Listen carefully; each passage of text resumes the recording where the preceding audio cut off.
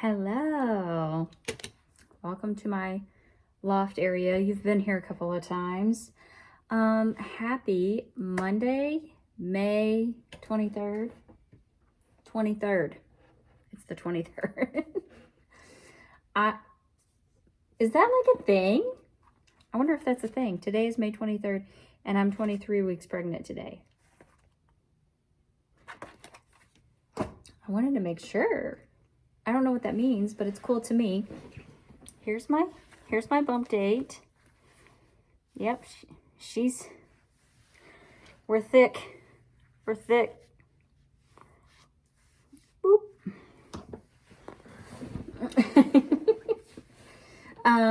I need to catch my planner up as well on like some of this stuff, but so I wanted to do my 23-week update. Nothing in the way of doctors or, anything like that. What I was thinking of something earlier too, I wanted to put on my update, but for starters, as far as like symptoms for me, the heartburn, the heartburn is rough. It's there. It's not playing around. It's there. It wants to be heard, I'm trying to think if there's anything else that I'm dealing with on the regular. I do get tired, like I still have to take breaks and stuff. My energy level is better most days, some days not so much. But if I'm doing something or whatever, I still have to take like more breaks than I normally would. But I'm growing a person, so I just think that's that. I just think that's that. And I do need to get better at working out, like building up my stamina, my endurance,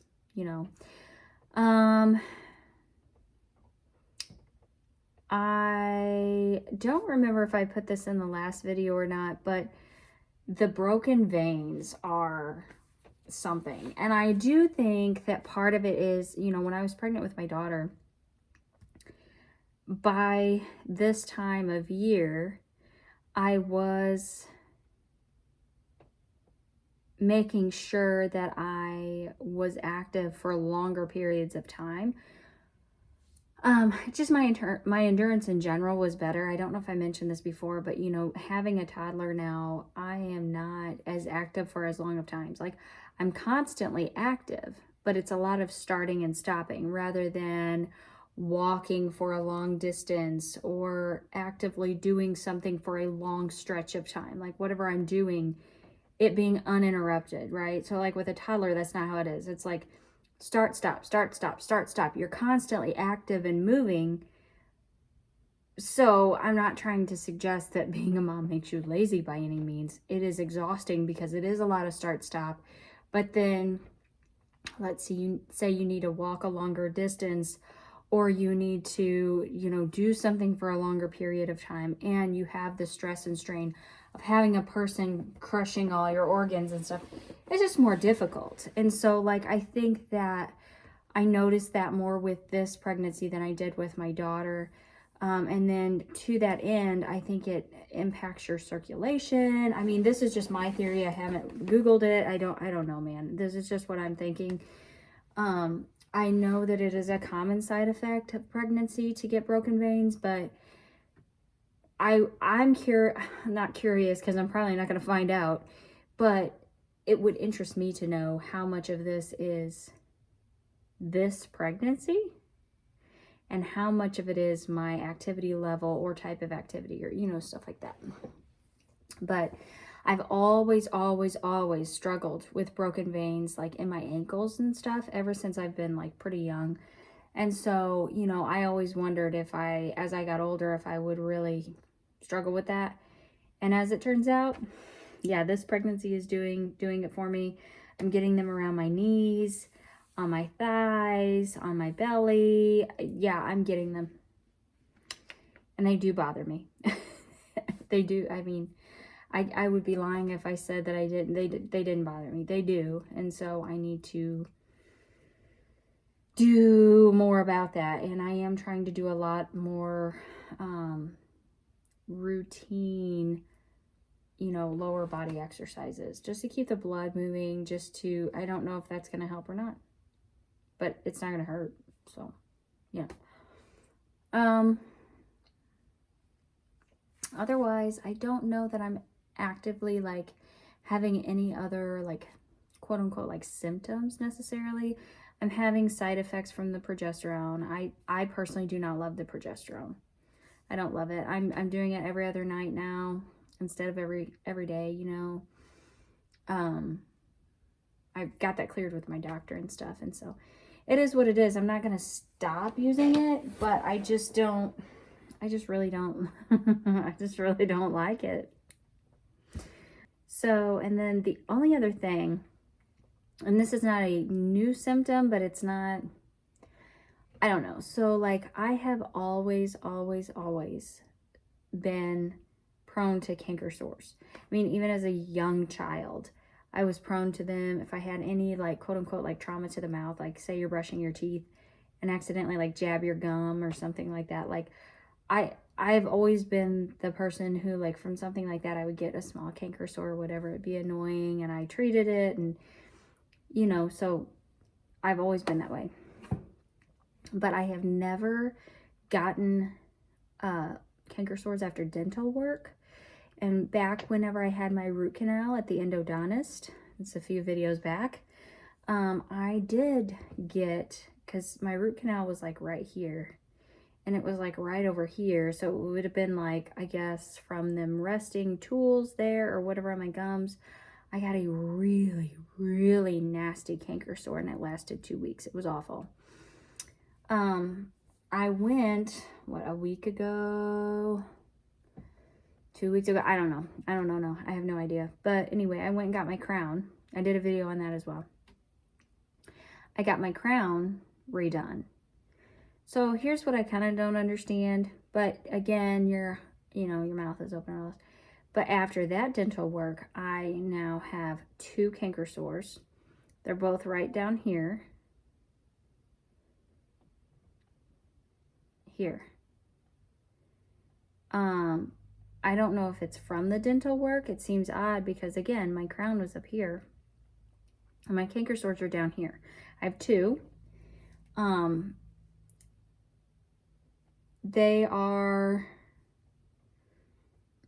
I would say they're worse than what I would normally get, but not as bad as the one I had up here when I actually got the root canal.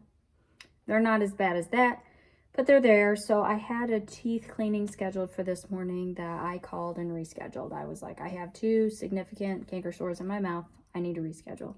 They were wonderful about it. So there was that.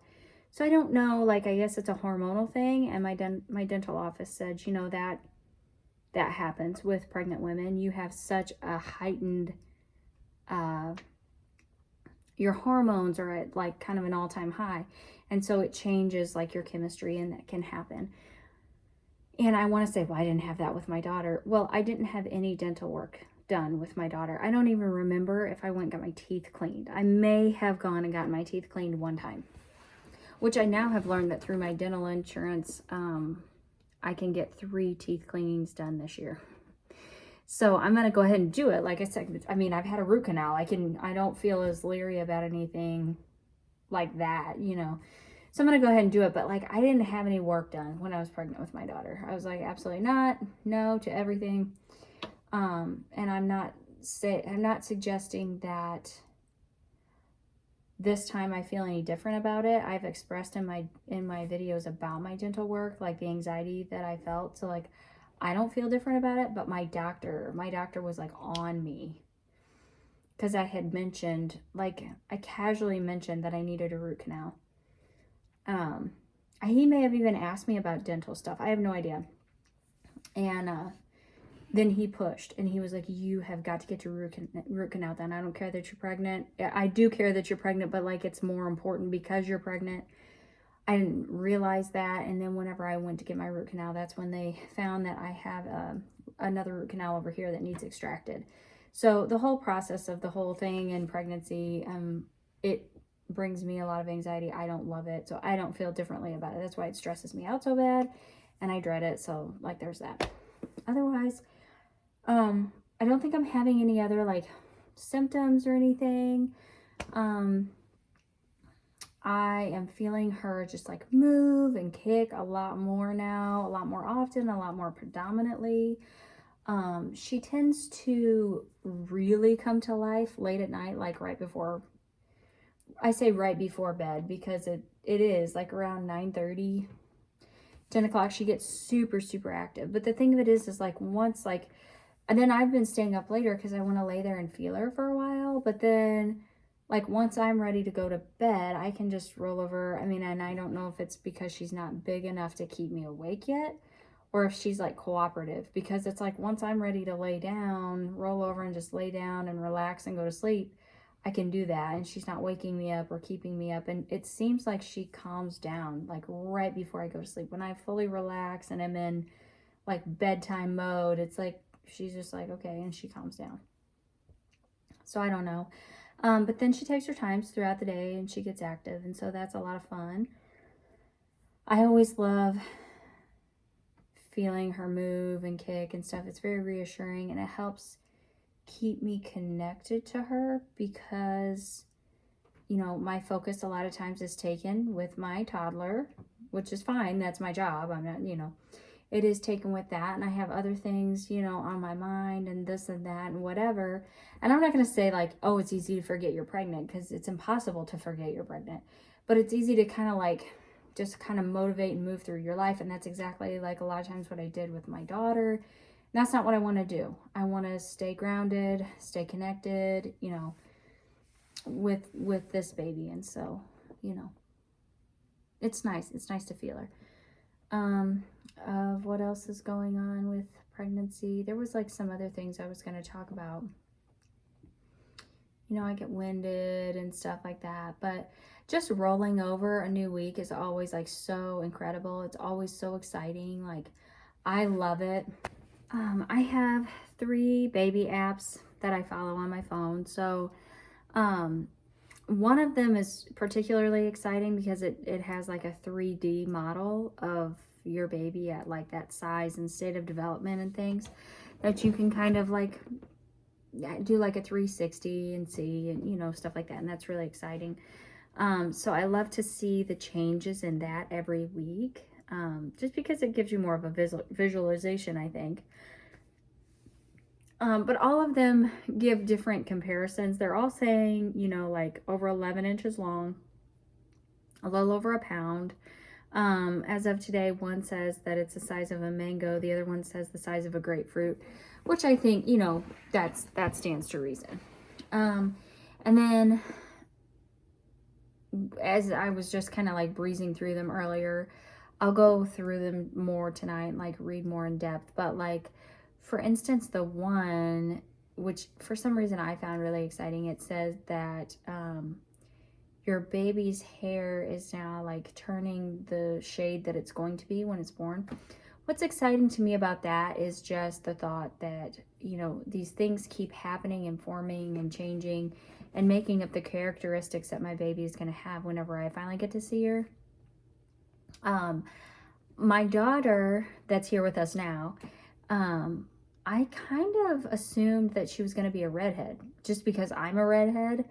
And that seems to be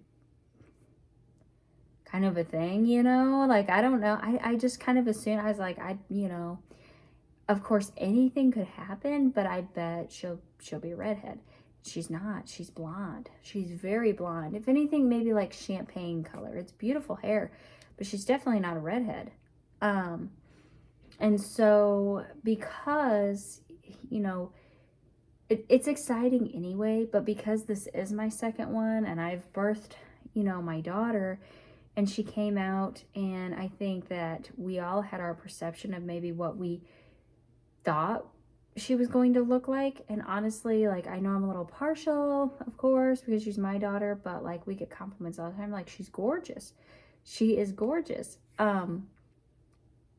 But she just has her own look about her. Like, when I take her places, like, I had a guy stop me the other day and tell me that I couldn't deny her. And I thought that was funny because everyone says she looks exactly like her dad, which that's a thing now. People are saying like firstborn daughter looks exactly like their dad, right? But she looks like herself, you know, like, I don't really know. She looks like herself. And so it makes it even more exciting to me now to think that these characteristics, are they going to be similar to her sister? Are they going to be more like me? Are they going to be like her dad? Are they going to be like no one? Really? Is she going to be like this perfect mix of everyone that she just looks like herself? You know, and so the thought that her hair is like the color is developing into the color that it's going to be when I meet her, it's cool because I don't know why, but it is. It's just neat. Is it red? Is it blonde? Is it brown? What is it? Could it be black? I mean, chances are me and my husband are not going to have a child with black hair. It could happen. I mean, I don't know. So, there's that. And then there is the sticky substance, or there's the substance that's developing in the lungs to keep the lungs from sticking. That's happening this week, which that is very exciting for me. I was born with some lung issues, and my daughter being premature, we really had to watch her lungs. And so I don't know if that's why it sticks out to me as a thing that it's exciting that it's developing this week. I don't know. They listed a few things about the digestive system, things like that. And so it's very exciting to know that there's a whole world of something going on in my belly. And I'm just here like living my life, and trying to stay like connected and in tune with her. But like she's doing some hard work in there, and my body is like housing that. And it's just really exciting. Another development for me, this is not a symptom, it's not, anything, but it's a development for me, is that I have now jumped the hurdle and I can pretty well eat chocolate and I can drink coffee. So that's exciting. So my 1 cup of caffeinated beverage in the morning, that was just all hot tea and that was kind of getting a little bit old and tiresome. I can now drink coffee. It doesn't taste exactly right, but I can drink it. And then the big hurdle, because I think that had kind of happened last week, the big hurdle like for me this week is I've actually, just in the last couple of days, I've been able to eat potato chips. So honestly, last night I sat down and ate entirely too many Pringles. So I need to slow my roll, because I've noticed that even if I'm not hungry or whatever, yesterday and today both, like I just want to eat chips. And it's like, well, just because we can doesn't mean we're going to. But I have felt so deprived of chips and chocolate and coffee. And so I'm not overdoing the coffee or the chocolate, but the last 2 days I have overdone the chips like more than I should. We need to slow down with that. So that's the exciting new development here. That's my news. That's the update. 23 weeks, very exciting. I always love being in the week I'm in. And so that's so much fun. I love rolling over to a new week, and now I'm in week 23. And it's just something nice and enjoyable. And yeah, I love it. So thanks for joining me on this update. And I can't wait to come back for week 24. I will have one more update before my next doctor's appointment. Ultrasound, we check to see where the placenta's at and all that good stuff. So I'm very excited and I can't wait for that. So yeah, we have approximately 15 days until that ultrasound. Very excited. Thanks for joining me, and I'll see you next time. Bye.